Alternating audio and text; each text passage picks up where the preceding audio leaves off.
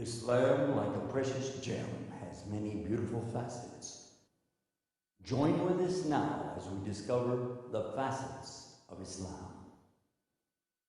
Assalamu alaikum rahmatullah. I'm your host, Yusuf Estes, and for the next few minutes, we're going to be talking about one of the many beautiful facets of Islam. And in this episode, I'd like to deal with something called balance. And balance is something all of us should be familiar with. Sometimes when we get our statement in the mail from the bank, we look for the balance. And in life itself, we're always looking to find the balance between many things. And Islam offers that balance. The way that we discover the balance of Islam is to go to the Quran, which is the source of everything in Islam, the speech of Almighty God, Allah. And what does He tell us about balance? He tells us about the balance in nature. He talks to us about something called hydrology and how the water works. You know, 1400 years ago when the Quran was revealed, people didn't really know much about things like this. They didn't know how water evaporated and then became a vapor and then condensed and came back down to the earth as rain. They didn't know about these things, but Allah spoke about it very clearly in the Quran and explained about this. He also explained about the balances in nature. He talks to us about the plants, the trees, the animals. It's amazing when you consider the balance of everything in nature. If you consider the position of the earth to the sun, just a few degrees closer, and we'd all be well done. True. Think about it. We take for granted this position we hold in the universe. But yet, if you think about it, if we were just a few degrees farther away than only on solid ice, would we have any room to play? I'm playing with the poetry a little bit because I wrote a poem about this subject some years ago for the children, talking about this balance, this beautiful balance that Allah has us in. And I recall thinking, too, at that time that this planet, this earth that we all live on, that we take for granted every day, has so much in the beautiful balance. Have you ever thought about this? All of the trees, all of their leaves, all over the whole globe, they give off oxygen. Did you know that? Oxygen is coming from these leaves. That's how we breathe. We need those plants, don't we? Without the plants, where would we get something to breathe? And then, when we think about the air that we let out, called carbon dioxide, don't confuse that with carbon monoxide. That comes out of cars. But carbon dioxide. And they said that the plants are able to take benefit from us, from what we breathe out, what humans and animals are breathing out. And I was thinking, look at this. The stuff that comes from us as waste can actually take care of these plants and help them. And what comes out of them as their waste, it's taking care of us. And this is a balance. This is one of the many balances that we find.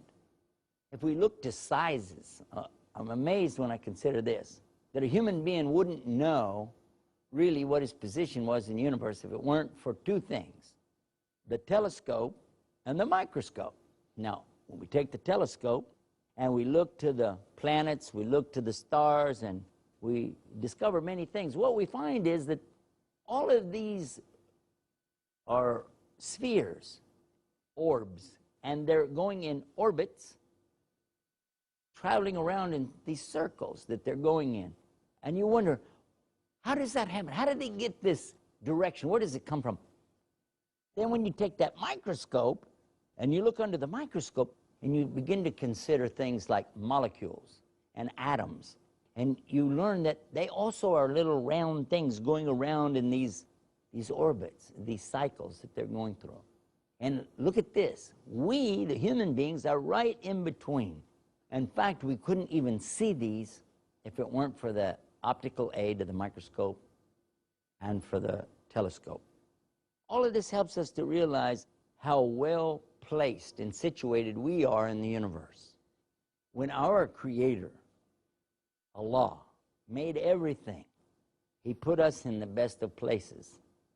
He put us in a balance. It's amazing, isn't it, when you consider just that. But also there's other balances that we could talk about. When we talk about how the earth itself is balanced, that it won't wobble or shake or drop us off. And Allah speaks about that, and He tells us that He has these mountains that have these long roots that go down, like tent pegs, autad. He calls them autad in the Quran. It says they go deep down into the earth. And in fact, this earth crust doesn't move, doesn't shift around, because this mountain range, this huge system is in place. So this keeps the earth from wobbling.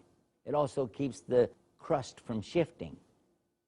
And all of this is 1,400 years ago. And today, if you go to the books of geology, I invite you to do that. Go to the library sometime.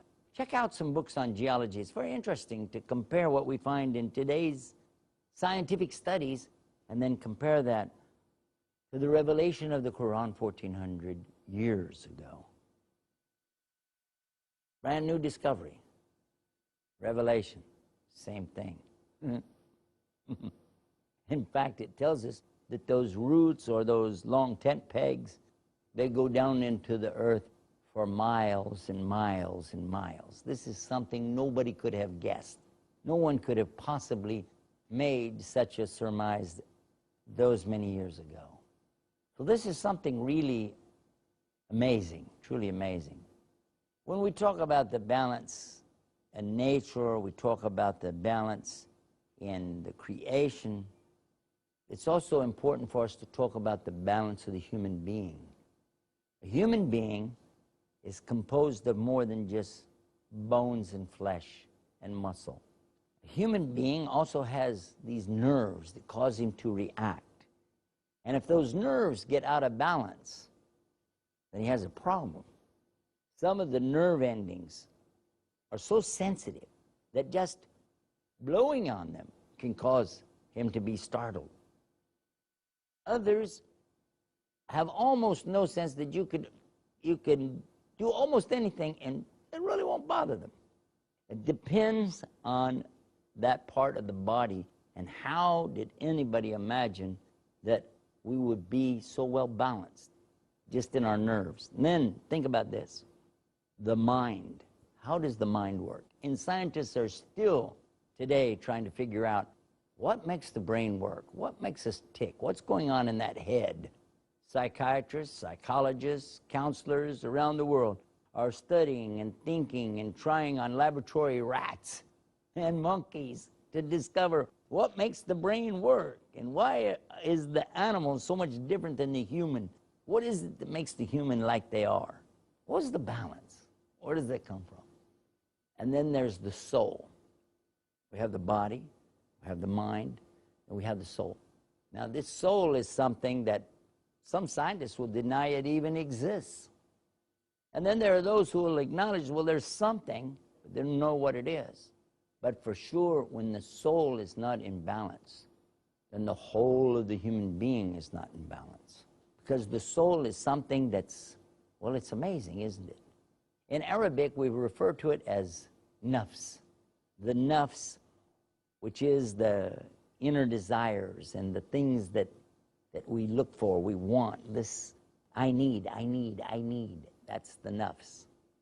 Then there's something else called the ruh, which is the spirit itself, the very spirit of the human being, without which he would not have any life at all. When the angel of death comes to a person at the end of their life, that's what he takes.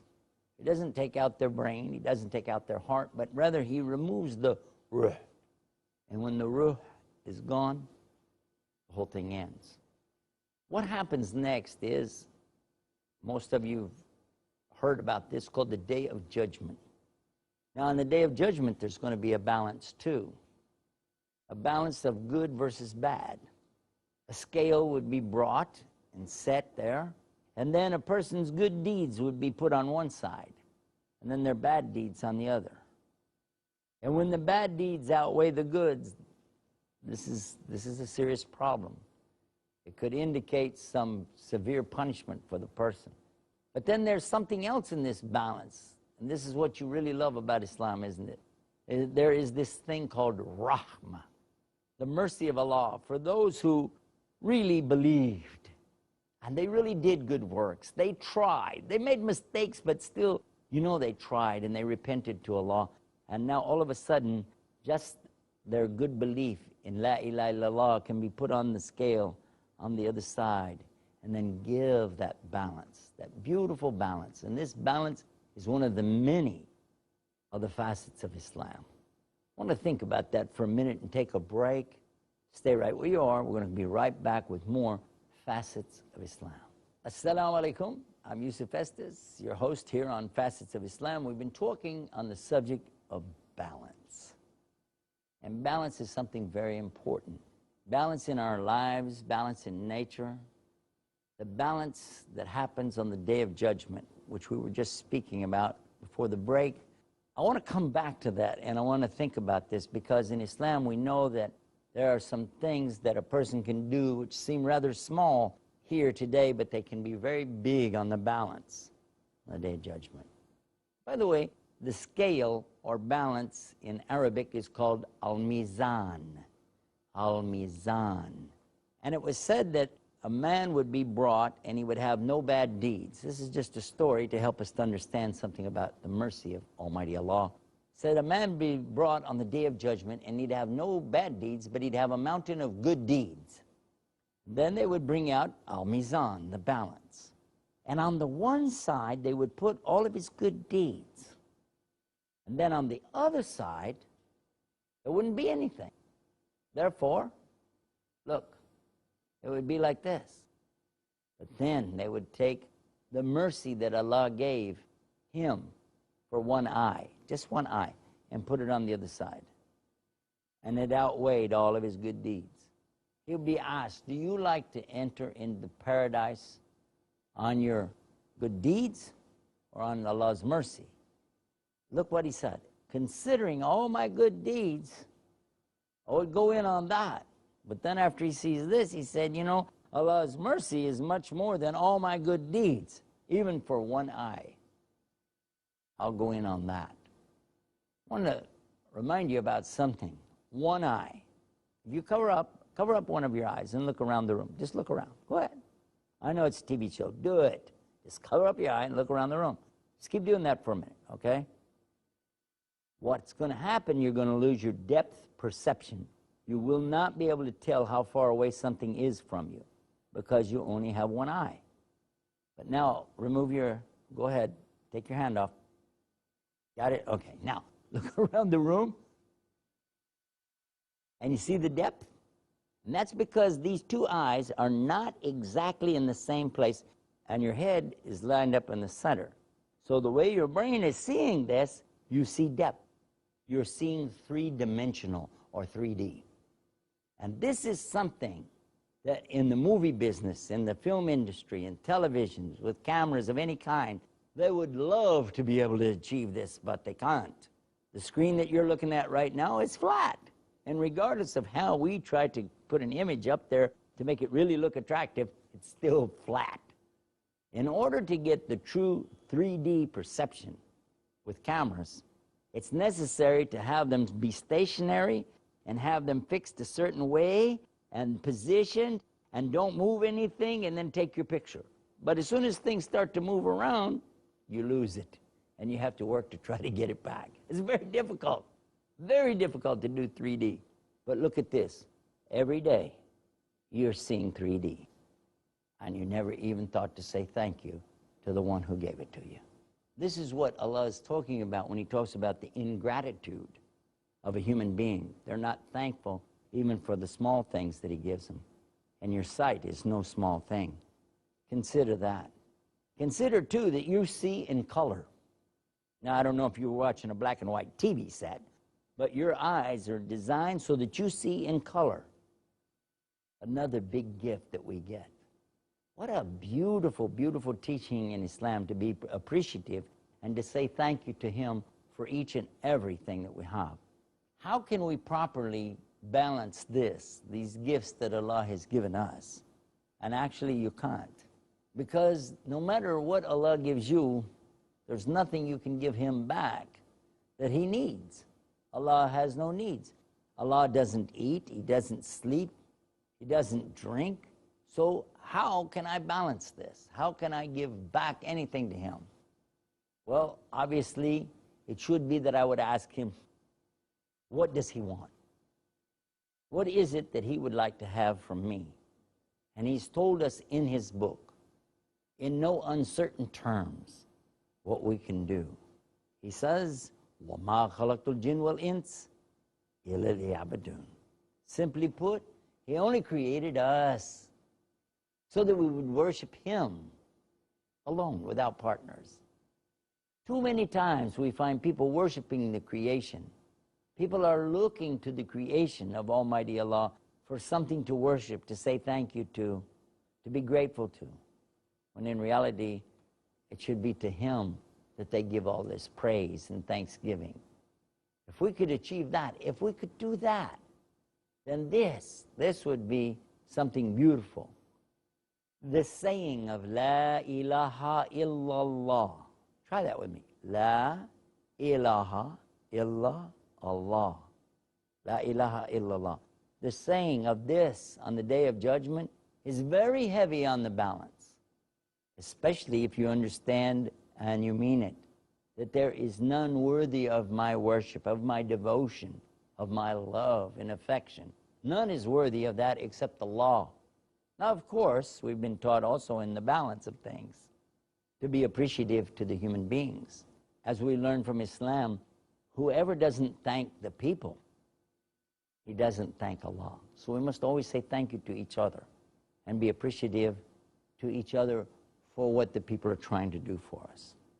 The balance in the mind, the body, the soul is all a part of Islam. But there's more to that too. The balance in judgment. How do you judge things? Do you judge with balance? Another facet of Islam, when we talked about that, we found that there is a balance here too. Even if people are against you and you're against them, but still you're asked to judge in a matter, you set aside your prejudice and you judge with fairness and give the right balance.